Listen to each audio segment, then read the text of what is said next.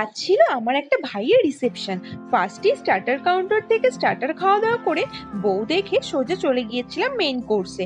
ফার্স্টেই দিয়ে দিয়েছিল ফিশ ফ্রাই এবং তার সঙ্গে স্যালাড ও সস। সেকেন্ড আইটেম ছিল বাটার নান এবং তার সঙ্গে চানা মশলা, যেটা আমার দুর্দান্ত লেগেছিল। তারপর ছিল কিন্তু ভাত, ভেজ ডাল এবং চিপস। লেবু চটকে খেতে কিন্তু দুর্দান্ত লাগে। এরপর চলে এসেছিল দই মাছ। দই মাছ তোমাদের কার কার ভালো লাগে অবশ্যই জানিও, আমার কিন্তু খুবই প্রিয়। তারপর এসেছিল ফ্রাইড রাইস এবং তার সঙ্গে লাল লাল ঝাল ঝাল চিকেন কষা।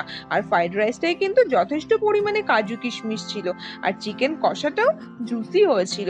সো আমি নেক্সট টাইম আবার আরেকবার নিয়ে নিয়েছিলাম চিকেন কষা।